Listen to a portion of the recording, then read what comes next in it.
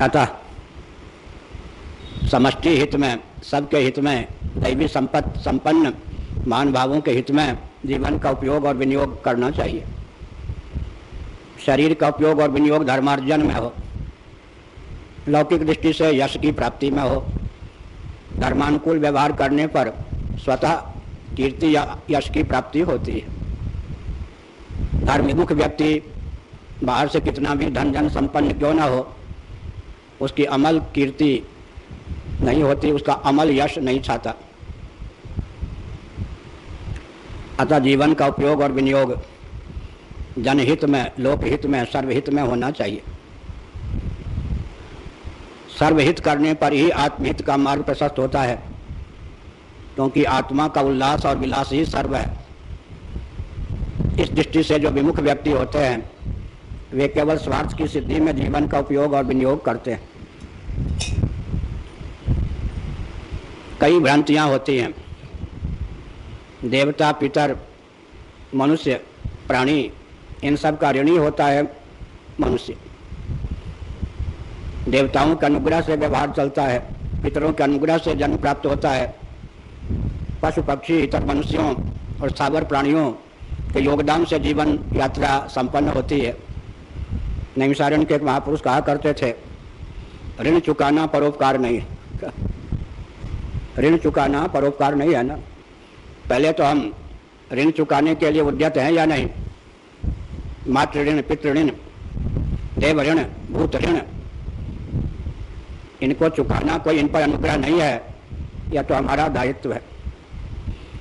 दूसरे का हित व्यक्ति समझता है मैं क्यों करूं, लेकिन उसे इस तथ्य का पता नहीं होता कि परहित आत्महित है।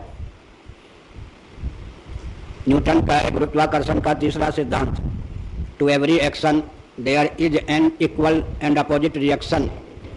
प्रत्येक क्रिया की समान और विपक्षी प्रतिक्रिया होती है। हम दूसरे का हित करते हैं तो स्वयं ही अपने हित का मार्ग प्रशस्त करते हैं। भक्त प्रवर प्रहलाद ने एक विचित्र तथ्य प्रकाशित किया। आंशिक रूप में वह तथ्य यहाँ भी चरितार्थ है। उन्होंने कहा, यदि कोई प्रतिबिंब को सजाना चाहे तो उसकी बुद्धि की बलिहारी इसी में है कि बिंब को सजावे। प्रतिबिंब तो सजा सजाया ही प्रकट होगा। दर्पण में आपका मुखचंद्र प्रतिफलित होता है। मुख को सजाने पर प्रतिबिंब को पृथक से सजाने की आवश्यकता नहीं। तो प्रतिबिंब को कितना भी सजावे, क्या करेंगे आप? प्रतिबिंब को सजाने की विधा यही है कि बिंब को सजाइए। दृष्टांत है, दार्ष्टान्तिक क्या है? भगवान हमारे बिंब हैं, हम प्रतिबिंब हैं। भगवान के प्रति समर्पित करेंगे तन, मन, जीवन, बाह्य संपत्ति आदि, तो अपना जीवन अपने आप सुखमय होगा, ऐश्वर्य संपन्न होगा। इसीलिए भगवान पर कोई उपकार करने की भावना से उन्हें पत्र पुष्प आदि निवेदित नहीं करना चाहिए। भगवान को समर्पित पदार्थ से स्वयं को सुसज्जित करने का मार्ग है। इसी प्रकार समष्टि बिंब है, व्यष्टि प्रतिबिंब है। एक दिन हमने बताया था पाठ में, समूह का नाम समष्टि है, अधिदैव का नाम समष्टि है, उपादान का नाम समष्टि है। यह शरीर पंचभूतों का तारतम्य संघात है। तो पंचीकृत जो पंच महाभूत हैं यही इसके समष्टि रूप हैं, क्योंकि वह उपादान है। पंचीकृत पंचभूतों से ही हमको स्थूल शरीर की प्राप्ति हुई है। स्थूल शरीर पंच भौतिक, पंचभूत इसके उपादान होने के कारण समष्टि है। समष्टि होने के कारण वो बिंब है या स्थूल शरीर प्रतिबिंब है। बिंब को सजावेंगे तो प्रतिबिंब सजा सजाया प्राप्त होगा। पंचभूतों के पोषण में जो कार्य करेंगे उससे अपना ही पोषण होगा। उदाहरण के लिए वृक्षों के साथ, स्थावर प्राणियों के साथ जो अन्याय करते हैं स्मार्ट सिटी के नाम पर, महानगर के नाम पर, वो अन्याय किसको प्राप्त होता है? स्वयं को प्राप्त होता है या नहीं? अरे स्थावर प्राणी सुरक्षित रहेंगे तो इन्हीं से तो हमारा पोषण होता है। क्या भोजन की सामग्री, दवा की सामग्री, श्वास प्रश्वास, सब कुछ तो इन पर निर्भर है।